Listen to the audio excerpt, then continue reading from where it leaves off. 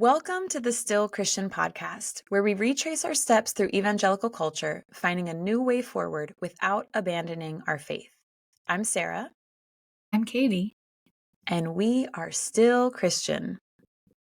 This is our first episode of Season 5, Church Kids, and that's kids with a Z. In this series, we explore what authentic faith looks like today for those of us who grew up looking for Larry's hairbrush and telling the salvation story through black, red, white, yellow, and green, often beaded paraphernalia. So, Katie, we're here with the Church Kids. We are the Church Kids. We are the Every time we Church say Kids. kids, it's going to sound like that. I am going to put you on the spot because this season was your idea. Okay, we need to go with your idea. I'm so sorry. I feel like I'm taking all the ideas. Wait, are you worried that it's making you look I'm worried like I'm having too many ideas? Like you're hoarding the ideas? Like I'm an idea Katie hog. just has so many ideas. I hate that she has so many Christian ideas. And they're all good. Ugh. No, this is just the reality of it. Like, this was your idea, and I think that's great. If anything, wasn't the name of the podcast my idea? So can I take that? Yes, take that for all of eternity. See? Okay, There we go. That's true. So anyway, Church Kids was your idea. So tell us, like, where that came from. Like, what kind of made that pop up in your head? Well, actually, Sarah, I'm so glad you asked. Okay. Because here's what happened. We got a bunch of guest proposals from varying publishing houses pitching their upcoming authors and their books to us. And we got all of those before we had formed for certain what this season was going to be. So I think looking at the list of people, it was kind of like, what do all these people have in common? Well, I believe the majority of them grew up in church. And so a lot of the books that they're writing are similar to the conversation we're having, which is, what does it look like to be a Christian while sort of wrestling with making peace with the past? And where are the kids who grew up in Sunday school now? What are they up to? What's the best case scenario? What's the worst case scenario? Where are they now? Because there's all these shows on MTV that I don't watch called like these kid stars. Where are they now? And so those are the best. They are the best. So the playful heart at this is like, church kids, where are they now? Did they survive? I forgot that was a thing. I love that. That's a thing. And of course, the whole don't throw the baby out with the bathwater. Like, these babies are still here. They just got new water. Don't throw the church kids out. The baby. We kept the babies. Don't throw the church kids out with the church. Or wait, don't throw the church out with the deconstruction, maybe. Yeah. Is that what we're saying? Yeah. We get, I don't fully know. Yeah. We're going to see. That's fine. So, okay, so what is the purpose of the season? So we're trying to figure out where, kind of like hear people's stories and where they came from and where they are now, how that's impacted them now. Yes. Here's what I want to know. I want to know, as flawed as it was, did evangelical Sunday school work? Like, did it have any benefit? I think it did.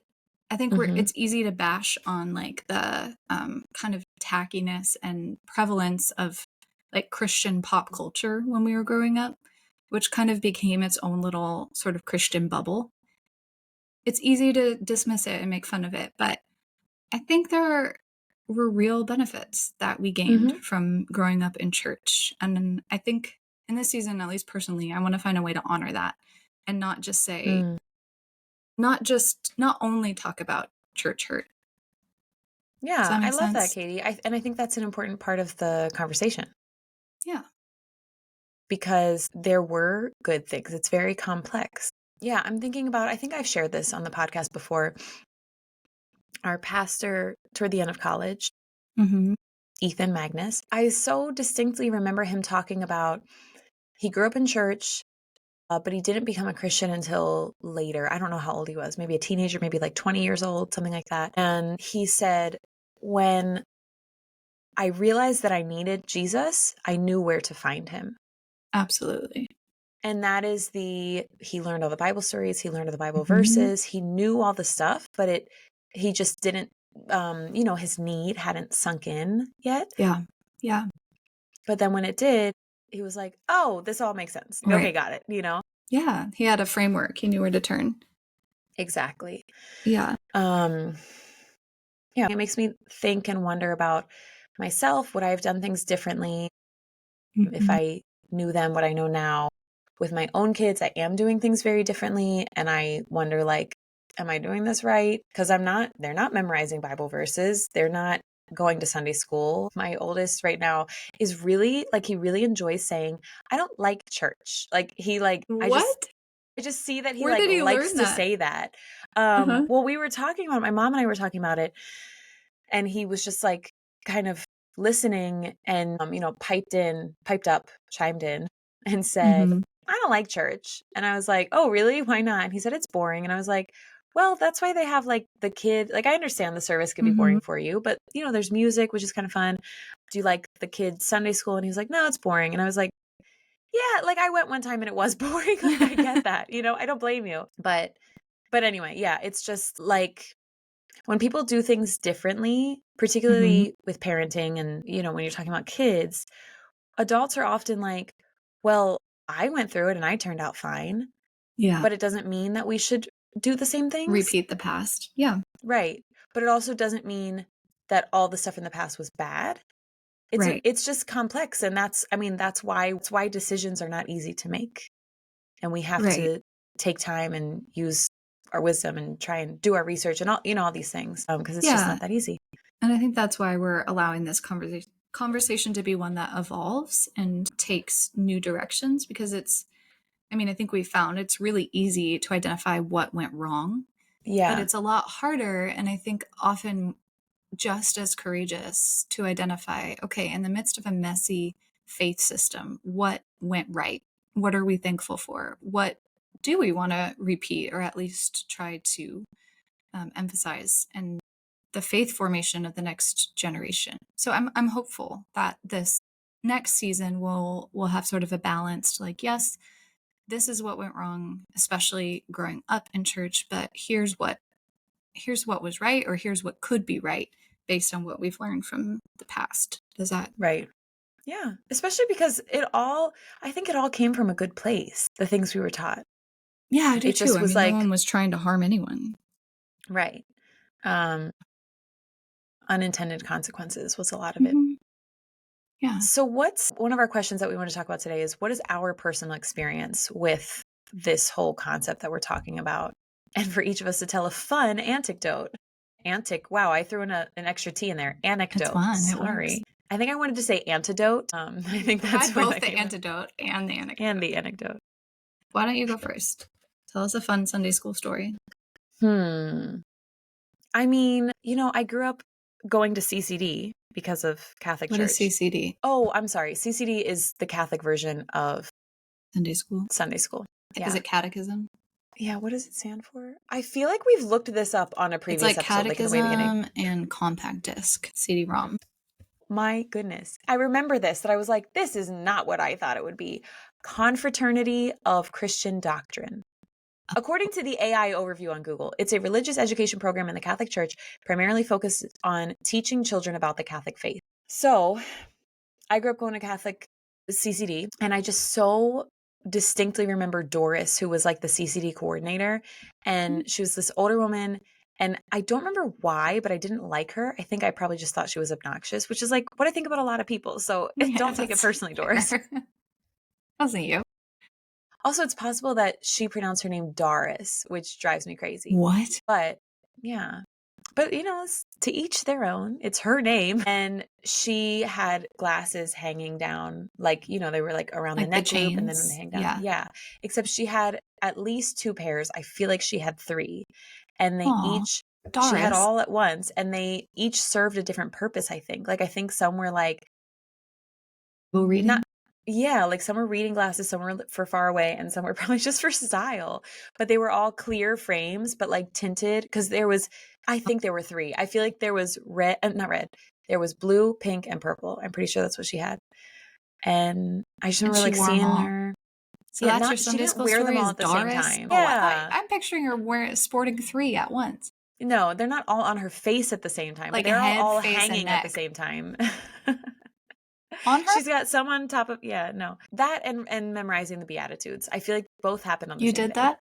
Wow. Of course. What about when you did something to your sister during church and then you got punished?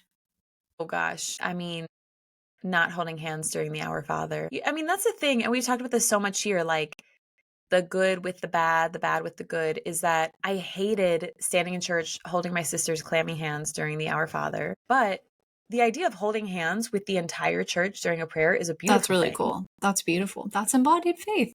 Yes, it is. Shout And out. the idea of memorizing and repeating a prayer on a regular basis is an incredible thing. But when you aren't interested in it, that's when it, I think, is a little like, but I don't even know what the answer is. Should we make them do this or should we not? Because there's a lot of things I have my kids do that they probably don't want to do, Yeah. like brush their teeth every night. Right. And I'm That like, it's for well, their like, benefit. exactly. So again, So Doris and her 3 pairs of glasses. Love it. Yep. Was Okay. Doris nice?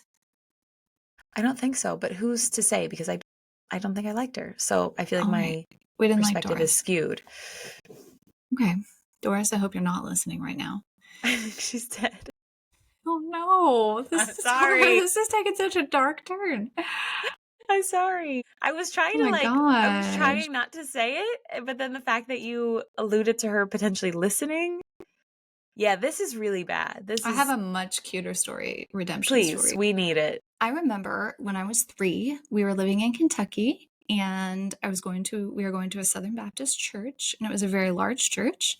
And there was some kind of children's programming that had occurred. Like, I had somehow progressed through multiple levels simply by being in attendance every week, because they were giving out these prizes like, yay, you did it. And I wasn't fully sure what I had done, but I received a beautiful white porcelain cross with like a pair of praying hands with a blue ribbon, and there were pink roses on it.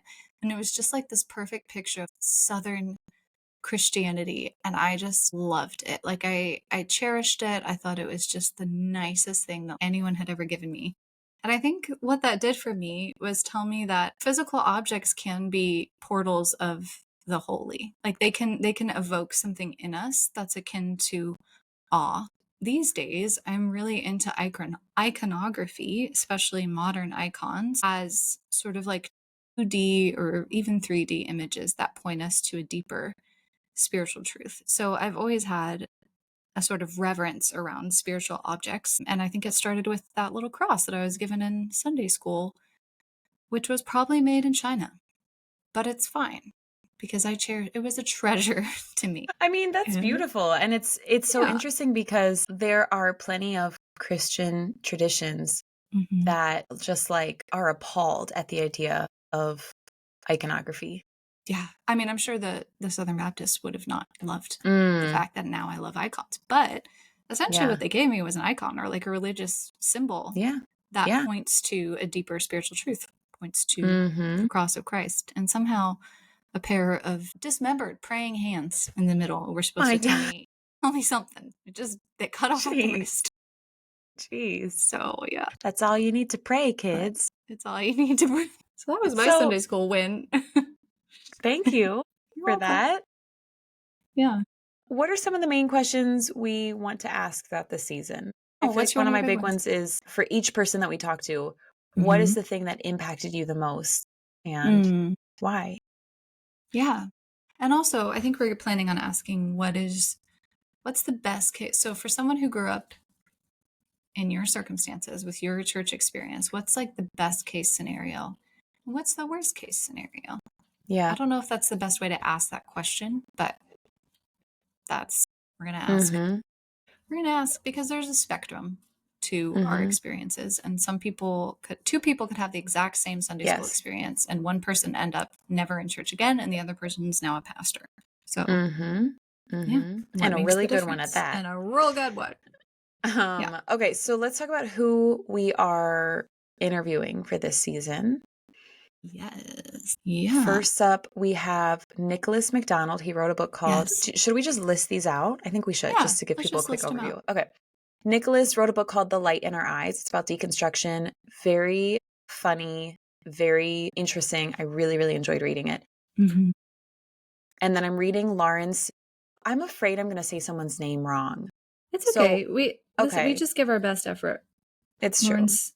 Yeah. Lauren Sabine. But I'm reading Lauren's book right now, Tiger in a Lifeboat, where she travels to India, and I'm only maybe 2 chapters in, but it's in the midst of a season of really high anxiety, possibly depression too, definitely anxiety, from PTSD.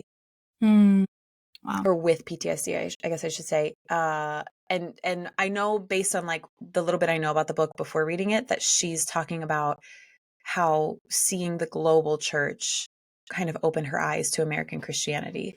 So I'm excited to talk to her. Yeah, I'm excited about that too. We're also interviewing Kara Meredith, who wrote a book called Church Camp, which is probably the most on point of all of our books and topics. But we're going to try to feature that one, I think, somewhere in the middle. Is that true? We have her toward the end, actually, Oh, we on have the her towards list the I'm end. looking Okay, at. great. Yeah, that one's like the most, like, give us a very specific moment in time of what it was like to grow up. Yeah. And church camp. And you, Sarah, you have a lot of experience with, you've worked at a church camp, attended a church camp. I became a Christian summers, at a church camp. Yeah. Right. Yep. So that'll be a fascinating conversation. And then who else do we have?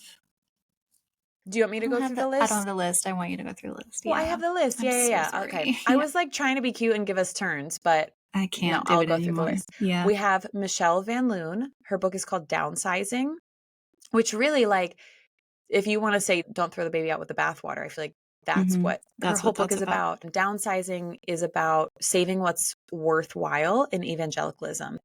As if you're moving into a smaller house and you got to get rid of the, you can keep the couch, but you can't keep the side chair kind of thing. So I think that'll be really interesting to hear her journey. And yeah, it'll be a good conversation. That's really good. I like that we have a lot of like people asking hard questions, but I feel like it's a very balanced, like there's intentionality around being balanced and not just bashing evangelical culture. So yeah, that one's also a very narrow slice of what it was like to grow up in church in maybe the 80s, 90s, early 2000s. So I'm really excited about that. So why does this matter? Why is this our topic? Why do we want to share this with our listeners? I mean, I think it's reinvigorating is not the word I'm looking for, but it's the word that came to mind. Yeah, that's good. To encourage us in our faith and be like, you see, like we're all doing it. We're all in this together. We're all in this together. Even though we grew up with some bad messages. That was we need great. matching vests. You had to have watched High School Musical to know that too. Yeah, you're right. That was a cultural moment. I had a party for High School Musical too. Me and three other people. Party. I love that. Yeah, we had balloons. Nice. You did. And were dip. they red I and think white? we had some dip. You had some Of dip. course they were red and white. Dip. Good job, Katie. Of course they were. They didn't tell the full story of salvation if they were only red and white. But it's fine. Okay, so why do we want to share this other than the word I'm looking for is like bolster or reupholster, and it's neither one of those. Reupholster our faith. We're tired of this sad denim, and we want some damask. We need some snaz, some sequin. Why? We hope this is an encouragement that, it wasn't all bad. We all survived. Some of us more than others, and we feel like we've done our due diligence acknowledging that in the past few seasons of like, yeah, there's some real brokenness, trauma, hurt that a lot of us are still walking around with. That is very real. But also what's real is the heritage of faith, both positive and negative, that we received and how it impacted us for both the bad and the good today. So it matters to tell both sides of the story, maybe. Yeah. I think it's an encouragement and a challenge because it can be tempting to be like, ugh, like I'm done with all of it. And be like, no. Remember, it's not all bad. Yeah, and I'm hoping this will be a challenge to us too and encourage us along the way. I think so. Yeah, because we've heard enough stories where it'd be easy to just write the whole thing off. But I don't know, at least I personally have had too many positive experiences of church, and I'm grateful for my faith, and I know you are too. So I think it's a courageous stance to neither demonize nor deify the church culture. Yeah, the church and church culture, I think. Our last question for ourselves, because remember, we're talking to ourselves. We're only ourselves today. Only ourselves. There's actually a third person here, and we muted them. And it's Jesus. He's fine. Oh my gosh, Jesus. I'm sorry. Jesus is pouring goldfish into tiny cups for us, and he's going to feed us when we're done. Was that you? That was Jesus all along? But there's only So, one set of footprints. oh my gosh. I was there on that beach 2 weeks ago, Footprints. and You were?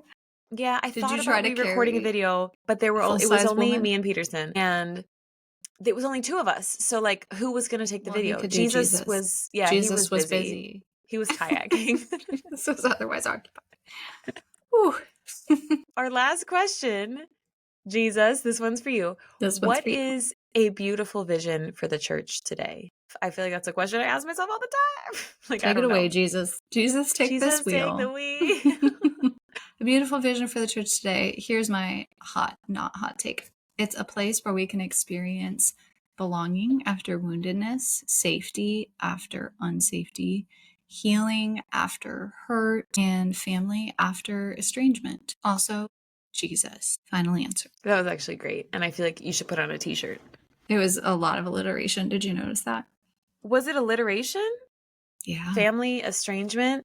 Katie, Well, I I know did those hurt letters and are next to healing. each other. I know. Okay, so you did one. I did one. What's your But beautiful that is vision? good. I just have so many questions about church these days. I feel unequipped to answer that. That's okay. Do you have a favorite metaphor for the church? Like body, bride, temple, family? No.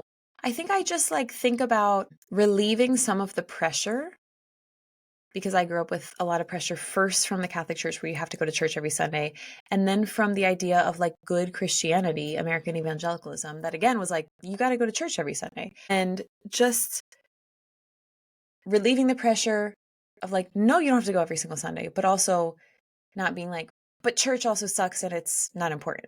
Finding the balance between those Finding a two. middle. Yeah. Yeah, a healthy and happy midi ground. Nice. That is personally what I am sort of seeking, kind of inactively pursuing. And that's what I would like, that it's hey, we're here and this is a good thing, but also it's not the end all be all that you can't be a Christian if you're not part of this. Because the other thing is, we've talked about spiritual disciplines in the past, and a good Christian, according to the American evangelicalism we grew up with, reads their Bible, 15 minutes every day, first thing when you wake up in the morning, prays out loud, eloquently, but also privately, journals, goes to church every Sunday. Yeah, so I think it's one more thing where I'm wait a second, what actually is necessary here? What is true? And God, what do you say about this? What's in my best interest and the best interest of the church body overall? Does that Yeah. make sense? Feels a little rambly. Are you with me? Yeah, I think you're looking for something bigger than a spiritual checklist. And that's all, folks. And that's all. Bye. So that's all. Those are our questions. Church kids, where are they now? So in our next episode, you're going to hear from Nicholas. One thing, which we're going to do right after we stop recording this, I think, unless we're too tired, is we're going to record little things where we're hey guys, leave us a review. Because one thing we've realized approximately half a season ago is that people listen to our podcast. Yeah, people are listening. It's really cool. Thank you so much for listening, by the way. Yeah. If But you're one of those. If you literally hear the words we're saying right now, thank you for being with us. But really, Katie and I just started this as a fun, kind of interesting thing. Kind of an And then experiment. somewhere along the way, we were oh, people actually are taking this seriously.